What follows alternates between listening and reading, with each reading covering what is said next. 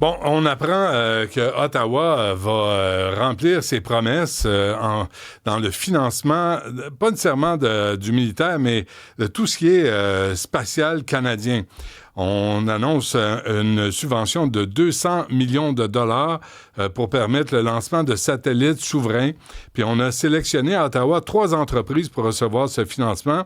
Et parmi ces entreprises, il y en a 2 à Toronto.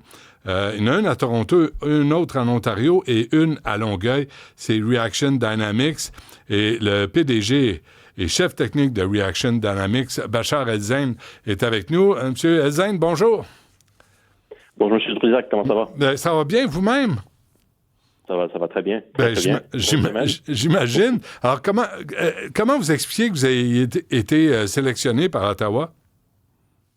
On est très, très contents. Juste, la compagnie existe depuis 9 ans. Ça fait quand même depuis que la compagnie existe qu'on pousse l'importance de la souveraineté au niveau spatial, l'importance d'avoir nos propres moyens de lancement. Donc, on est très choyés, on est honoré par ce choix, honoré par cette sélection, mais aussi, ça nous encourage beaucoup de voir cet alignement maintenant qu'on a avec le gouvernement fédéral au niveau de la souveraineté de la défense. Donc, on est très, très content de ce choix. Mais ça veut dire que à Ottawa, on reconnaît votre compétence, votre pertinence? Effectivement. Et je dirais, au-delà de ça, c'est vraiment la compétence et la pertinence du projet, de l'équipe. Je suis pas seul, évidemment, mais aussi c'est l'industrie en soi. Comme on l'avait mentionné la dernière fois qu'on a parlé, ouais. On est le seul pays du G7 qui n'a pas ses propres capacités de lancement.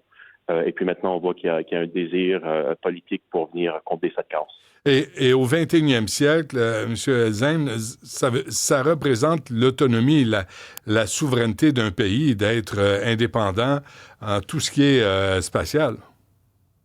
Effectivement, puis c'est aussi un excellent véhicule de richesse économique. Au Canada, on va avoir plusieurs milliers de satellites qu'on va vouloir lancer, que ce soit des compagnies, que ce soit des partenaires commerciaux. On peut faire le choix de lancer ces satellites, créer les fusées qui vont lancer ces satellites, on peut le faire au Québec, ou on peut créer ces emplois au Texas parce qu'on veut lancer ailleurs. Ouais. Donc, c'est effectivement un véhicule de souveraineté, mais aussi un véhicule de création de richesse. Et puis, comme le ministre McGuinty l'avait mentionné cette semaine, environ 20% de l'économie canadienne dépend d'une façon ou d'une autre sur le segment spatial. En moyenne, chacun de nous interagit avec 42 satellites à chaque jour. Eh bien, ce segment de lancement-là vient nous permettre à nous, comme Canadiens, de pouvoir lancer ces satellites par nos propres moyens, sans dépendre de personne. C'est intéressant, ça, M. El-Zein, parce que, vous le dites, là, on est en interaction, mais ce n'est qu'avec nos téléphones intelligents. Notre vie, notre mode de vie dépend aussi des satellites. 100%, puis j'irai même plus loin. Chaque fois qu'on fait un paiement par une carte de crédit, eh bien, dans plusieurs des cas, il y a des interactions avec les satellites. Chaque fois qu'on commande la bouffe sur Uber Eats ou peu importe une de ces applications-là, c'est vrai. Eh bien, il y a aussi une interaction avec un satellite parce qu'il y a le GPS. En fait, le GPS, ça a été une constellation militaire américaine à l'origine, qui l'est toujours. Et puis le signal de GPS, c'est ce que toutes ces compagnies utilisent pour se guider, pour être capable de se diriger.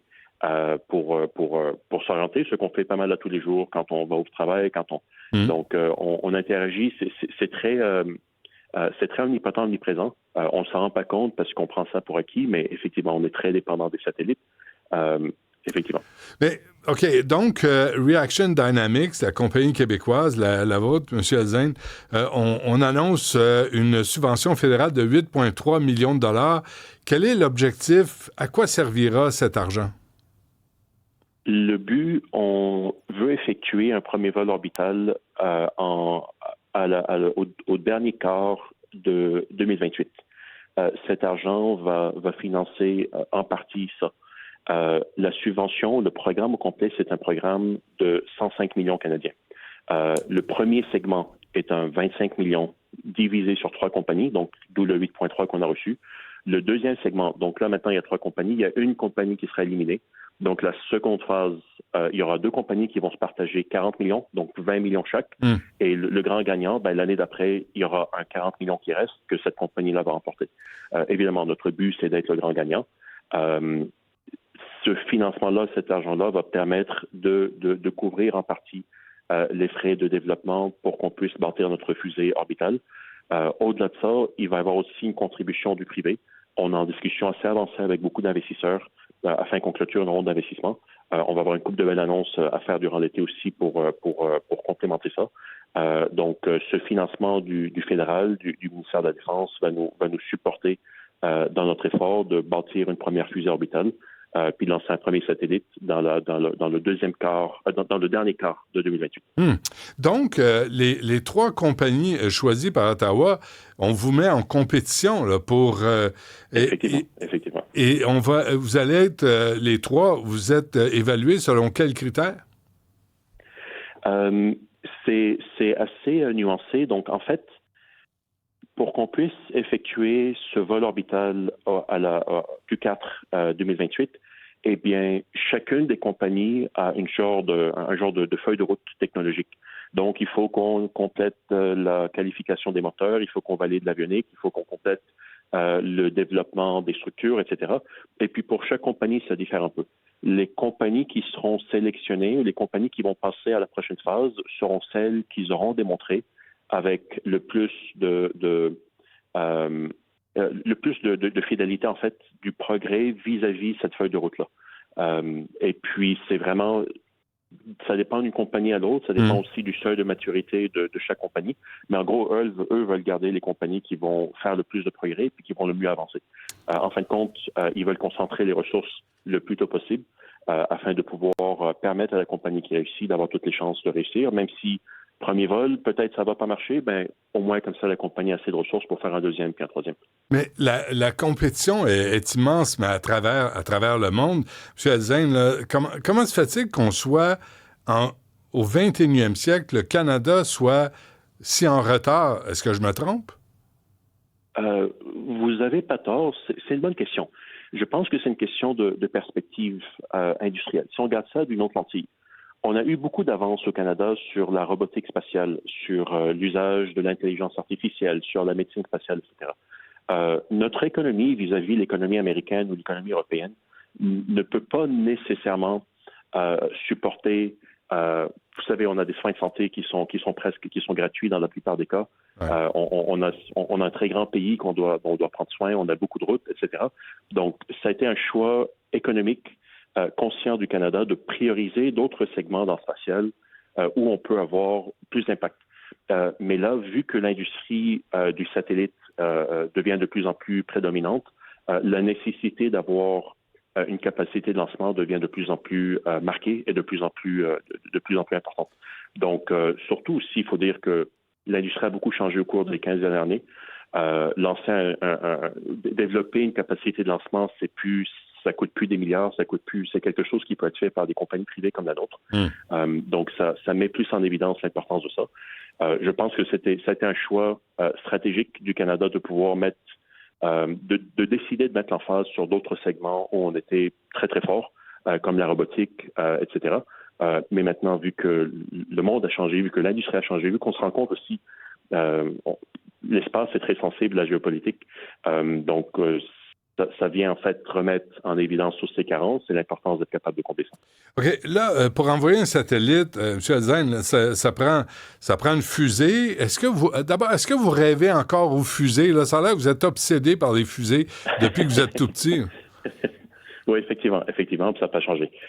Et puis, pour répondre à votre question, effectivement, il faut une fusée. Et puis, il faut aussi une base de lancement de fusée. Ouais.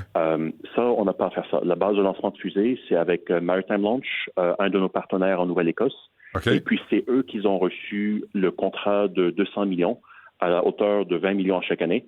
Excellente compagnie. C'est des partenaires de Reaction Dynamics depuis 2017. Depuis même, c'était en fait notre premier partenaire avec qui j'ai signé quoi que ce soit. Donc, ça, c'est réglé, donc, ça. C'est là-bas que le lancement sera fait. Ça, c'est réglé. Savez-vous si c'est une fusée réutilisable? Parce que c'est vers ça qu'on s'en va, là, avec Blue Origin.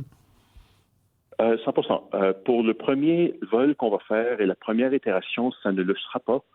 pour des raisons de complexité. C'est qu'on veut, on veut apprendre à ramper avant qu'on se mette à marcher, avant qu'on se mette à courir. Ouais. Donc, on essaie de gérer la complexité en ayant une fusée qui n'est pas réutilisable au début, mais à fur et à mesure qu'on avance avec le temps, on va commencer à implémenter ces éléments-là, parce que réutiliser une fusée nécessite d'avoir de l'avionique et du guidage qui est très, très avancé. Ça nécessite d'avoir des moteurs qui sont très performants. On se dit, vu qu'on n'a pas fait de lancement, aucun lancement orbital encore, ça serait mieux qu'on commence avec quelque chose qu'on est capable de gérer, puis lancement, on introduit de la complexité, juste pour maximiser nos chances de succès. Avant qu'on se quitte, est-ce que vous avez de la misère à recruter des gros cerveaux? En fait, je profiterai de votre plateforme pour demander aux gens de nous contacter s'ils cherchent un emploi, parce qu'effectivement, c'est une tâche sur laquelle je passe beaucoup de temps ces temps-ci. Ah oui? Effectivement, il y a des expertises qui sont quand même très, très rares et très difficiles d'accès. Donc, ça, on essaie de voir si on peut recruter à l'étranger. Mais il y a beaucoup d'expertise au Québec pour beaucoup de positions, notamment pour de la conception mécanique, pour de l'électronique embarquée, etc. Donc, s'il y a du monde qui cherche, on est à la recherche. On a 25 postes à combler d'ici la fin de l'année et puis on a 25 autres postes à combler l'année prochaine. Donc, on recrute assez activement. Donc, s'il y a du monde qui sont intéressés, contactez-nous. On a un site web, allez dessus, envoyez-nous un CV, puis on va vous contacter. OK, mais nommez-moi les métiers là, dont vous avez besoin, la Reaction Dynamics. Des concepteurs mécaniques. Ça, c'est un ingénieur mécanique qui ont de l'expertise en conception mécanique. Ça, c'est une position où on n'en a jamais assez. C'est quelque chose où, vu la nature manufacturière de l'industrie au Québec, on a d'excellentes compagnies en aéronautique, en spatial, etc. On a cette expertise qui existe. Donc, ça, c'est des postes qu'on cherche à combler. On cherche aussi des ingénieurs plus électriques qui vont nous supporter sur le site de test, sur la fusée aussi. Donc, fabriquer tout ce qui touche aux commandes, l'instrumentation pour tester les moteurs, pour valider tous les segments qu'on essaie de faire. Les ingénieurs mécaniques, on cherche, certains iront travailler sur la fusée en soi, donc sur les structures. Certains iront travailler sur les moteurs, les chambres de combustion. On cherche aussi des experts en logistique, des experts qui vont assurer la chaîne d'approvisionnement. On cherche aussi du monde qui ont de l'expertise en combustion. Si quelqu'un a travaillé sur des moteurs d'avion, etc., ça, c'est le genre de choses qui peuvent beaucoup nous aider. Et puis... écoutez, il y a beaucoup d'autres positions aussi, oui. OK, le message est lancé. Reaction Dynamics, vraiment, là, vous êtes en pleine montée. C'est intéressant à voir, là. Félicitations pour cette subvention, mais c'est aussi de faire partie de l'élite à travers le Canada là, pour cette industrie du satellite. Bachar El-Zein, qui est PDG et chef technique de Reaction Dynamics. Merci, bonne chance. Merci à vous. Au revoir.